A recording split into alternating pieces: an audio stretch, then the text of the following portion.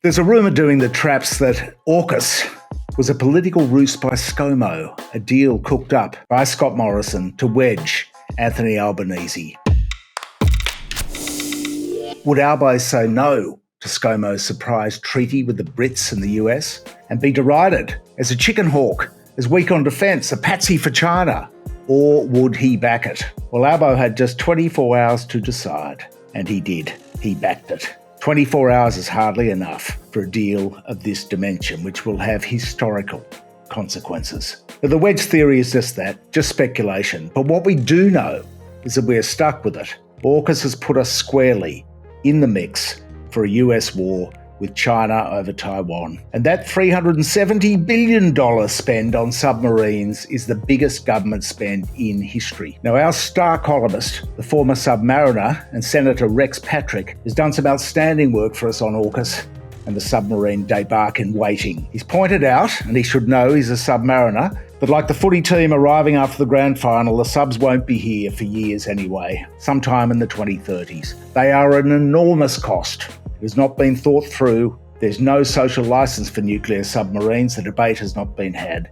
And defence, as Rex points out, has an appalling track record of wasting money on planes that don't fly and ships which need constant repair. As his latest piece points out, the first leg of the deal involves buying second-hand subs, old clunkers or rust buckets, as Rex unkindly calls them. To quote him on previous purchases of second-hand ships from the US Navy, Defence bought rust buckets and spent almost 10 times the purchase cost repairing them. Then he goes into the issues of maintenance and technical issues such as acoustic coating that deteriorates on Virginia-class nuclear submarines. These are the ones which we've agreed to buy. The guts of it is, though, that the boats which are due to arrive sometime in the 2030s, too late for a war, will not help much because we'll only be able to have one or two fully operational second-hand submarines at a time.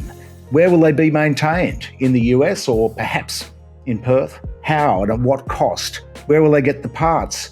Who knows? Where will they dock? Newcastle or Wollongong? Have we okayed this with the people of Newcastle or Wollongong? Will it make those cities a target? Who knows? But we do know that there has not been a lot of thought going into this. Despite the gargantuan spend, it has not been debated, let alone thought out. We should have invited the French into the alliance, then we could have called it FAUKUS. But then we have already spent $4 billion with the French not buying a submarine. Thanks for your support. Throw us a few dollars, like or comment below.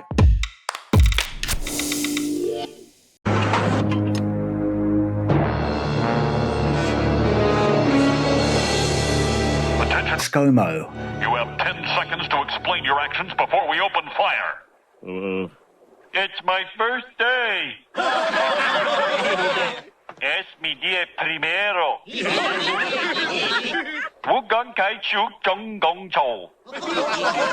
Quack, quack, quack.